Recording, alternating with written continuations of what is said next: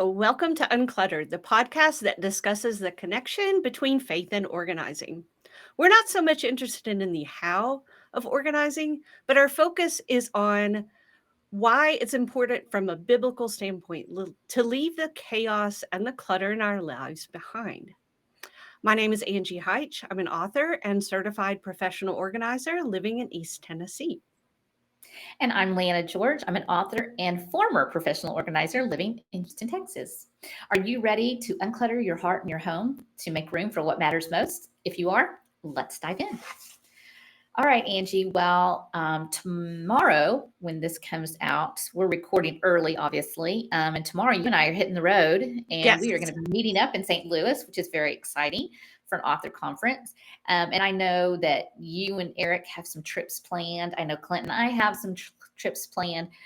Summer and spring is upon us, and people spend a lot of time traveling. So, Yes. for this episode, we thought that we would give our listeners some recommendations for reading, listening to podcasts, and watching some TV shows while they're on the road, while they're traveling. But there are just so many books out there. I mean, do you know, Angie, how many books are on Amazon? I'm sure there are several million, maybe Yeah, billion. I don't know. 32 million are on Amazon. Okay. 30 million books. Okay. There are 5 million podcasts with 70 million episodes, and there are about 4,000 movies and 1,800 shows just on Netflix. So if somebody had to go wade through all of this, it's a lot. It really is. So what Angie and I decided to do for this episode is what we're calling a resource roundup. And we are going to look at books, all sorts of books, of course, because Angie and I love books. We could talk about books till the sun comes up. Mhm. And so we're going to discuss a few, and then of course our free resource will have all of the resources that we think. So, Angie, let's start out with books because we're going to start out with nonfiction, which is more Okay. your area than mine. And we're breaking our books into different genres. And the first one is faith based. And there's this really good one right on the top of the list that I love. And it's by a familiar author. Her name is Angie Heitch. And it's called Unholy Mess. Can you tell us a little bit about that? Yeah, so it's called Unholy Mess, What the Bible Says About Clutter, and I published on Amazon in December 2020. And it is talking about clutter of all types, not just the physical clutter, which is what we usually think about, our piles of stuff, but also schedule clutter, things on our calendar and on our to-do list that clutter up our lives, and then the really tough one, attention clutter in our minds that keeps us from being present in the moment. And the focus is on what Scripture says about how all those kinds of clutter distract us from our priorities. Yeah. Similar to the theme of our podcast, shaping your heart and home for what matters most. Unholy Mess also talks about clutter, how to clear it so you can really focus on the things that are important. So, so that's my book, Unholy Mess. It's on Amazon. And then another faith-based book that I read recently. It had been recommended to me so many times. I finally had to read it to just shut everyone up. I'm so glad I did, though. It's called The Ruthless Elimination of Hurry. It's by John Mark Comer. And he is a pastor.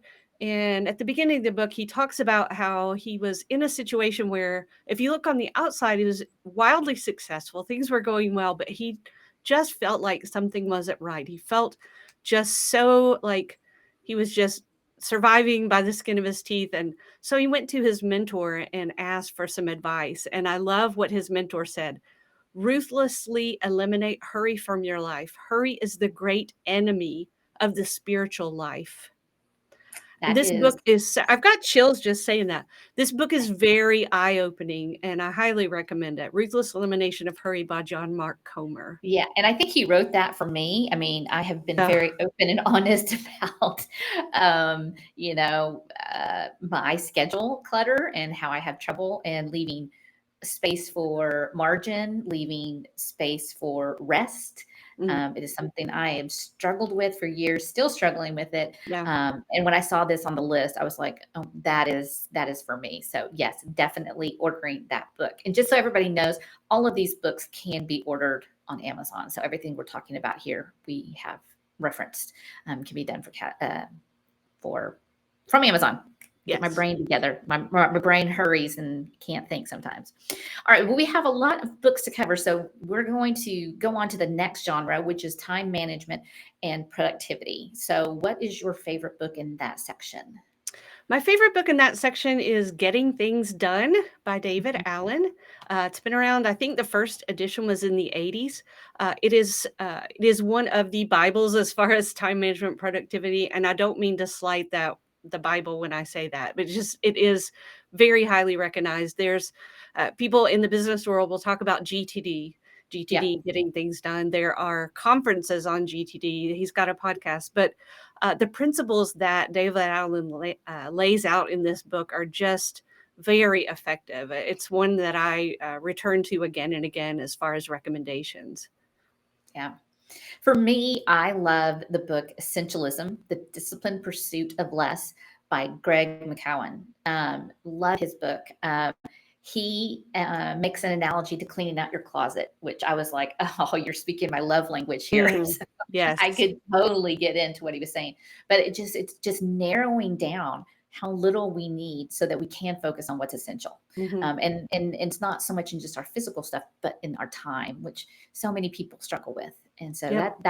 that for me is one of my favorites. Okay, that's great. Yeah, and it's essentially uncluttering. It's the same Yeah, theme, just with yeah, time. Yeah. yeah, for Okay. sure. So moving on to fiction. Mhm. And we're talking about books that have a professional organizer as a major character. Yeah, And the books in this category that I recommend so highly are the ones that Leanna herself has written, the Hopeful Heart series, Perfectly Matched, Perfectly Arranged, Perfectly Placed.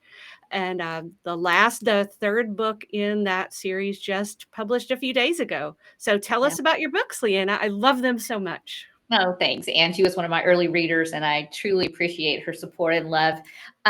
Yeah, it's about a professional organizer who goes on an overseas adventure with her client after they discover a mysterious Chinese business card in the client's father's belongings. And so it takes them on an adventure of self discovery and faith. It's not it's a continuation story, which means you start with perfectly arranged, you pick up in perfectly placed, and you finish in perfectly matched. So you might want to read them straight through. Mhm. People got upset because there wasn't a lot of romance in it. So the third one has a lot more Yes. romance. I built up to it. I am not a Yes. romance writer. I built up to it. But I've enjoyed. They say write what you know, and that's what I did. I lived in China for 2.5 years. I was a professional organizer, so I brought those together and married them into this series. But professional organizers are becoming very popular as characters. Mhm. Um, I remember a few years ago a Hallmark show where the main character, it was Christmas time, and the main character was professional organizer. And so when we were making this list, and Angie's like, "You are responsible for the fiction section because Yeah. that's your forte." One of the things I did was I don't know if everybody knows this, but Goodreads has lists, and they have lists for certain things, and they have a Goodreads list for professional stories with professional organizers. And so I have read a few, and I wanted to tell people about those as well. Careful What You Wish For by Haley Efron. It's a murder mystery with a little bit of suspense and a twist at the end.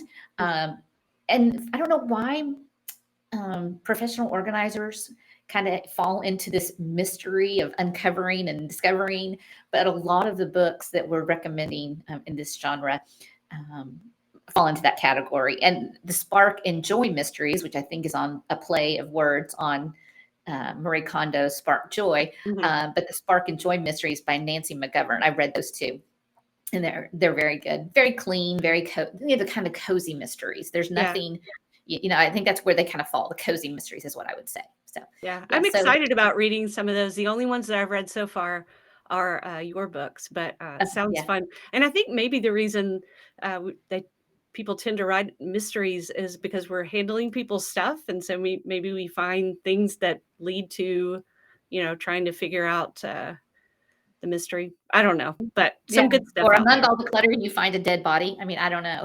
Yeah. I mean, a lot of weird things have been found. That is for sure. We could probably have a whole episode on I that. was just On about to say that. stories. That would actually be pretty fun. I was just Yeah. about to say All that right. for So sure. moving on to the next category, books about Yeah. organizing, decluttering, and simplicity. So Yeah. you're probably not surprised to know that we have a ton of books in this category that we recommend. Yep. Most of them you'll just need to find in the resources. I will talk about a couple that I really love and recommend it a lot. One is The Gentle Art of Swedish Death Cleaning by Margareta Magnusson. She's a Swede in her 80s, and she wrote this book about the tradition in Sweden they call death cleaning. Sounds morbid. The book is Mhm. anything but morbid. It is really lighthearted and very positive. The Swedes have this tradition of going through all their stuff and getting rid of what they don't need, deciding who's going to get the things that they're keeping. And we'd be a lot better off in this country if we all did death cleaning. I Yeah. love that book. It talks about not leaving a burden to people Yeah. by going ahead and being proactive about your stuff. And then I Absolutely. also love The More of Less by Joshua Becker. Mhm. Um, Joshua Becker, I don't know what he did before he became a proponent of minimalism, but he's got a great story, and he talks about changes that people made to try to live a better life with less. Some of them are stories of just drastic changes, and some are very small, but it's very inspirational. I really enjoy The More of Less by Joshua Becker. Yeah. The death of Swedish, the art, gentle art. I mean, why do they have to make it so Gentle complicated? Art of The gentle Swedish Death art of Cleaning. Yeah. Swedish death cleaning, the life changing magic of tidying up. Yeah. Okay, they need to simplify it, right? No, but I am with you on the death cleaning. I have talked. I'm not sure you can say the same thing too, Angie, where we worked with clients where somebody had died, they needed help going through their stuff, and it was just so heartbreaking to Yes. see them having to go through that. And my in-laws are older. I love them to death, but I look around their house every time I'm there, and I just start thinking, what are we going to do with all this stuff? And I Mhm. tried to approach my mother-in-law. What do you want us to do with things? Not because I'm ready for her to die, but because it's going to be so hard, and I want Yeah. to honor her memory, and I want to honor her Mhm. wishes. For a home that's 100 years old, it was in her family. She was born in that house, right? Oh, And so wow. you just want to honor that kind of stuff. And if they're Mhm. not here to tell you about it, how do you know that you are? And so, Mm. mixed up with all the grief and all the worry, it's just so much easier if you can do that. I do want to Yes. say something about the life changing magic of tidying up. Okay. Um, I'm not a big fan. I mean, I make that clear in my book. Mm. In my book, my character does not like that book. She's not a Marie Kondo fan. And I think that's because I lived in China and I know that their lifestyle, as well as the Japanese and basically most Asian cultures, are totally different than American culture. And so to try to put the rules that follow along in an Asian culture into the rules for an American house is doesn't they don't just it doesn't mesh, didn't size up for me. Yeah, And not to mention that their spaces are so much smaller. they really are, Yeah. I mean, I went into several Chinese people's homes and was such a treat to be able to be invited into their home, but it makes you aware of what their space. I mean, there's 1 billion people. They don't have a lot of space, Mm. where we have houses that are 3,000, 4,000 square feet. So to apply those same rules isn't always the same. However, I appreciate what she has done for the organizing industry Mhm. and how she has Definitely. helped people, for sure. So that is also on the list. You also mentioned Get It Together, Organize Your Records so your family won't have to. Have you read By that book? Or you Melanie Cullen, yes. So, we as organizers, we talk to people a lot about making plans for their stuff, but just as important is making plans for all the records to be passed along so that people aren't stuck with, okay, well, maybe they had a will, but how do we get the passwords to their accounts and what bills need to be paid and who are we supposed to contact? And there is so much involved in that. And that book, Eric and I have already gone through that book and gathered all our stuff. And it's such a comfort to know that if something happened to one or both of us, that we've got everything ready. Yeah. I wrote an article, one of my newspaper articles on that, and Melanie Cullen, the author, wrote me an email to thank me. I Ah, recommend this book over and over. I found out about it at a professional organizing conference, but it's really excellent. yeah, that's cool. So we've talked about finding dead people, and we've talked about cleaning up after dead people.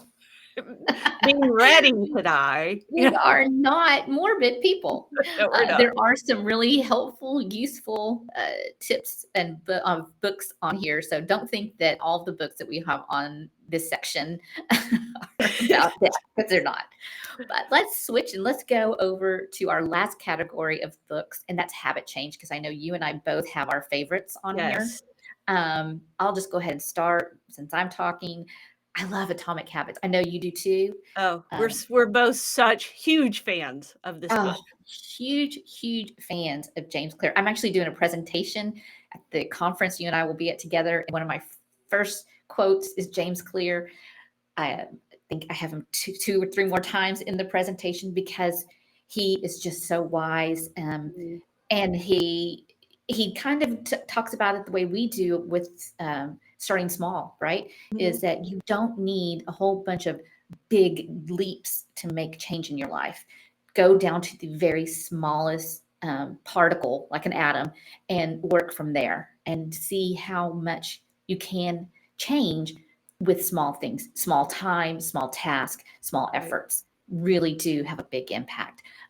So I love him. If you do not get his newsletter, people, you need to pause this episode, go sign up, and then come back and finish, because his every Thursday, it's like I'm waiting for his email. And I even have a special folder called James Clear Inspiration that I keep all of his newsletters. Mhm. Um, That's good he does, stuff. yeah, 3 things from his book, 2 quotes, and 1 question. And so it's good stuff. Yeah. So I know, as much as I love James Clear, you love Gretchen Rubin. I really love Gretchen Rubin. Um, and one of my favorite Gretchen Rubin books is also related to habit change. It's called The Four Tendencies. Mhm. And what this book explores is how we react to expectations, either others' expectations of us, such as, an employer requiring you to do something by a deadline, or our own expectations of ourselves, such as making a New Year's resolution. So she divides people into 4 groups or tendencies. We have obliger, upholder, questioner, and rebel. And I have found the 4 tendencies to be so helpful for not only understanding myself, for inspiring my clients, helping family and friends. So I recommend that. She's got a quiz that you can take to identify your tendency that will also sign you up for her email list, which I think is a really good email list anyway. And you can always unsubscribe if you don't like it. But I really like the 4 tendencies. She's got a lot of really good stuff on habit change. And actually, that leads us into our next category. Since I'm espousing Gretchen Rubin, we're going to talk a little bit about podcasts. And I am a podcast junkie. And I So, am not. yeah, Yeah. so I'm going to talk about podcasts. And my very favorite podcast, surprise, surprise, is Happier with Gretchen Rubin. So she is on there with her sister, Elizabeth Kraft, who is a writer and producer in Los Angeles. Mhm. And the two of them talk about habits, human nature, the 5 senses. They're different things to help you live a happier, healthier, and more productive life. It's a very upbeat, positive, fun podcast. It's on twice a week. Oh, So Happy with Gretchen Rubin. She even has an app, the Happier app. But ah, she also loves decluttering. She spoke at NAPO conference, National Association of Productivity and Organizing Professionals, and she's always helping Elizabeth, her sister, declutter. that's cool. So she's kind of a kindred spirit of organizers. Yeah. So Happier with Gretchen Rubin is my number one. Another one that I love is Kathy Lipp, LIPP, Clutter Free Academy, because again, it's all about clearing the clutter. And I think she's got some very practical tips. She's got a huge, very active Facebook group that very supportive. She's got lots of free resources. She's been podcasting and writing Mm, about years. decluttering for a long, long time. She is Mhm. also a Christian, very kind woman. So Very generous. she's got all her stuff is very good. Um, and then I love the podcast called A Slob Comes Clean by Dana Mm, K. White. You've probably heard me mention Dana K. White before. What I love about her podcast is it tends to be a good fit for people who feel completely overwhelmed. mm. And organizing and cleaning does not come naturally. They don't know where to start. They're just in that uh, state of overwhelm. And where do I even start? She's a good place to start is by listening to her. She's got a 5-step method Mm. for decluttering that starts with 1, identify obvious trash. 2, identify things that go somewhere else and take them there. 3, donations.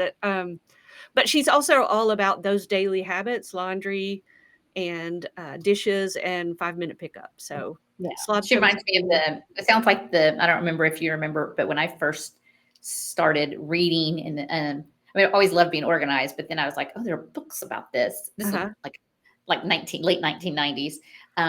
And I remember the Fly Lady. I don't know if you Yeah, remember a her. lot of people I wasn't into organizing yet, but, the other thing about Dana K. White, she's hilarious. She's very Okay. real about her life, and she's very funny. Yeah. Yeah. So That's cool. so those are 3 of my many, many favorite podcasts, and you'll find more on the Yeah, I resources. love podcasts. I love making them. I love Yeah. talking on them.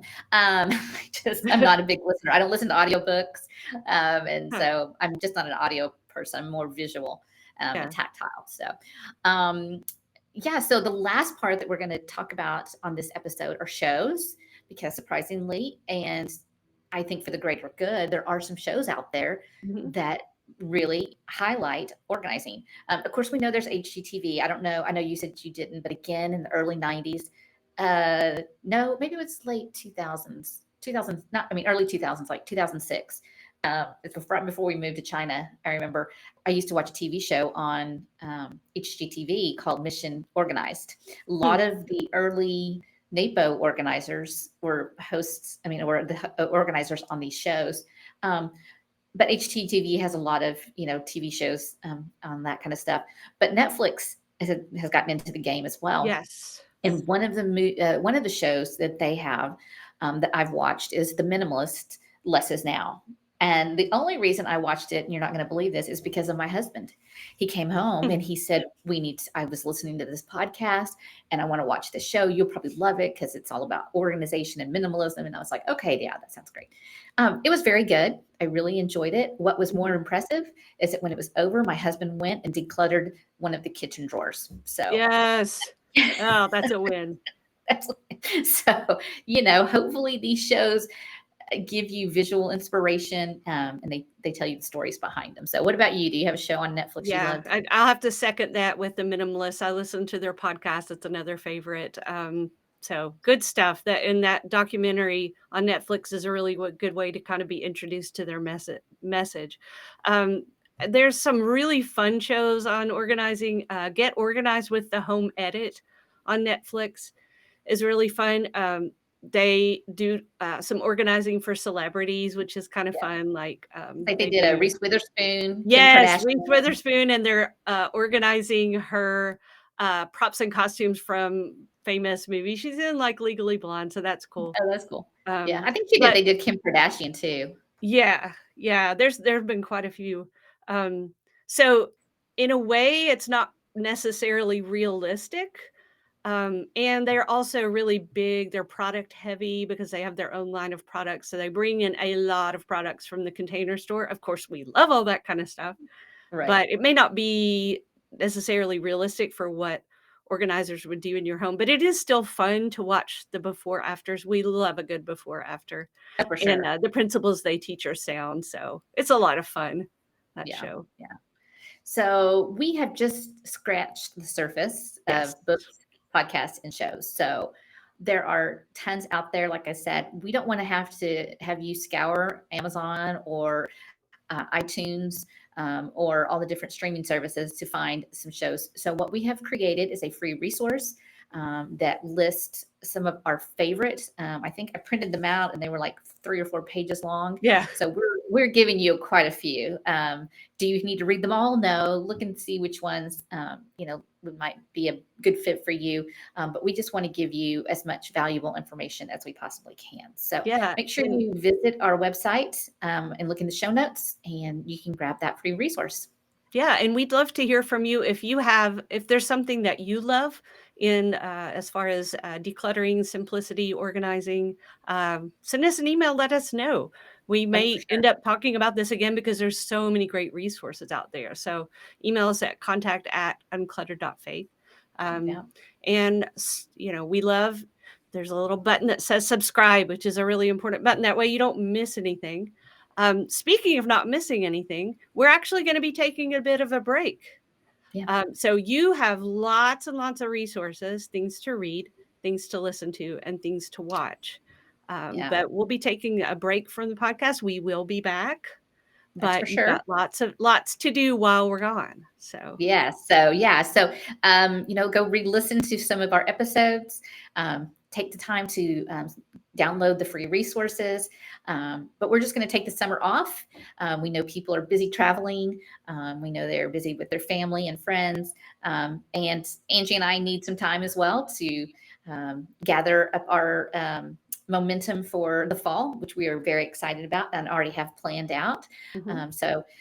Tell your friends, get them on the bandwagon, and invite them to listen when we come back in early fall. So we are excited, and we're so grateful that you have been with us for these first 10 episodes, and we look forward to sharing with you even more. So that's it for this episode and this season of the Uncluttered podcast.